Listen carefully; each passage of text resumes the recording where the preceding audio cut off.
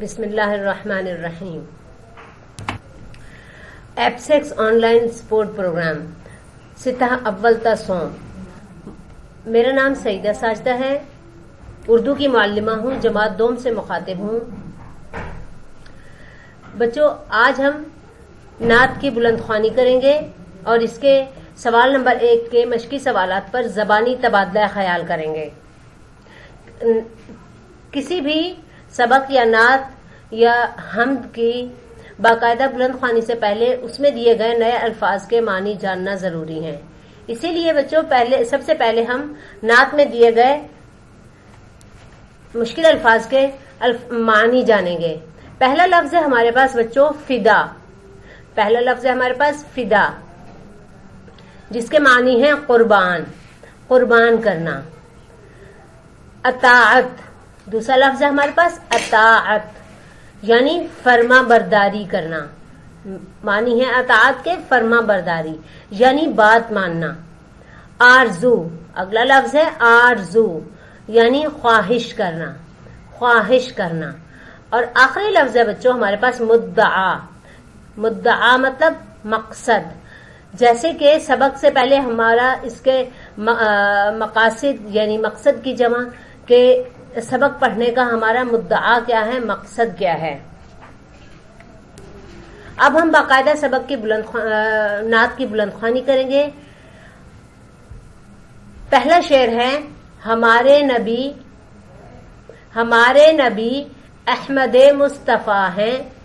ہمارے نبی احمد مصطفیٰ ہیں، فدا ان پہ ہم وہ رسول خدا ہیں. بچوں، ایک خاص بات، جب ہمارا یہ سیشن شروع ہوا تھا، ہم نے اردو کی درسی کتاب میں سے جو سب سے پہلے نظم پڑھی تھی وہ تھی حمد. اور ہم جان چکے ہیں کہ حمد اس نظم کو کہتے ہیں جس میں اللہ تعالیٰ کی تعریف بیان کی جائے. ٹھیک ہے، اب ہم آج کر رہے ہیں نعت کی بلند خوانی. تو نعت کا مطلب کیا ہے، کون سی نظم کو نعت کہتے ہیں؟ جی ہاں، جیسے کہ پہلے شعر سے ہی ہمیں پتہ چل رہا ہے احمد مصطفیٰ صلی اللہ علیہ وسلم یعنی حضور اکرم صلی اللہ علیہ وسلم کی تعریف بیان کی جائے جس نظم میں، اس کو نعت کہتے ہیں. یہ آپ نے بھولنا نہیں ہے بچوں، یاد رکھنا ہے. اچھا، اگر میں آپ سے یہ کہوں کہ حضور اکرم صلی اللہ علیہ وسلم کا جب نام آتا ہے تو ہم پر لازم ہے بچوں کہ ہم کیا پڑھیں؟ بالکل صحیح، درود پاک یعنی صلی اللہ علیہ وسلم کہنا چاہیے. ہمارے نبی احمد مصطفیٰ یعنی ہمارے آخری نبی حضرت محمد صلی اللہ علیہ وسلم ہیں. ان پر ہمیں خود کو قربان کرنا چاہیے کیونکہ وہ اللہ کے رسول ہیں، اللہ تعالیٰ کے پیارے پیغمبر ہیں. پھر آگے آ جاتا ہے شعر ہمارے پاس، خدا کی اطاعت ہے ان کی اطاعت. خدا کی اطاعت ہے ان کی اطاعت، یعنی اللہ تعالیٰ کی اگر ہم نے فرما برداری کی، اس کا مطلب ہوا کہ ہم نے حضور اکرم صلی اللہ علیہ وسلم کی اطاعت کی. خدا تک پہنچنے کا وہ راستہ ہے، اور اگر ہم نے خدا تک پہنچنا ہے یعنی خدا کی محبت حاصل کرنی ہے، اللہ تعالیٰ کی قربت حاصل کرنی ہے، تو رسول اللہ صلی اللہ علیہ وسلم سے ہمیں محبت کرنی ہوگی، کیونکہ وہی راستہ ہے اللہ تعالیٰ تک پہنچنے کا. اگلا شعر ہے بچوں، انہی سے ملی دین و ایمان کی دولت. انہی سے ملی دین و ایمان کی دولت، انہی پر دل و جان سے ہم فدا ہیں. یعنی حضور اکرم صلی اللہ علیہ وسلم سے محبت کرنے کے بعد، ان پر درود پاک دل سے پڑھنے کے بعد ہمیں دین اور ایمان کی دولت ملی. کیونکہ اللہ تعالیٰ بھی کو راضی کرنے کے اس لیے ضروری ہے کہ اگر ہم دین اور دنیا میں کامیابی چاہتے ہیں تو اللہ تعالیٰ کو راضی کرنا ہے، اور اگر اللہ تعالیٰ کی رضا چاہیے تو ہمیں رسول اللہ صلی اللہ علیہ وسلم سے سچے دل سے محبت کرنی ہے.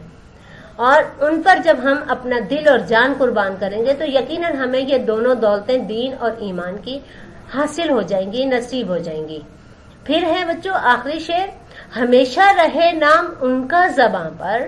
ہمیشہ رہے نام ان کا زباں پر، وہ آرزو ہیں وہی مدعا ہیں.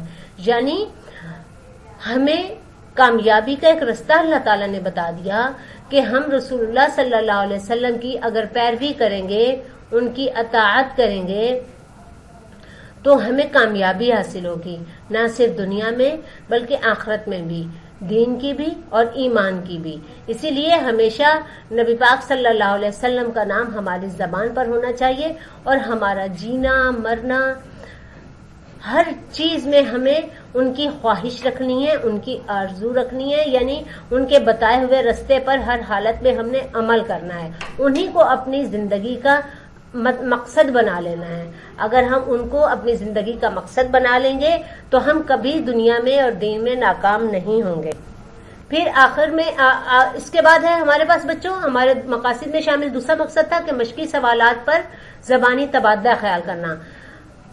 سوال نمبر 1 میں جز الف ہے، حمد اور نعت میں کیا فرق ہے؟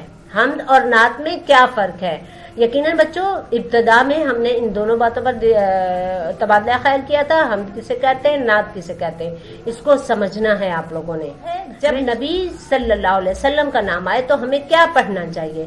جی ہاں بالکل، صلی اللہ علیہ وسلم پڑھنا ہے جب حضرت محمد کا نام زبان پر آئے یا ہم سنیں تو۔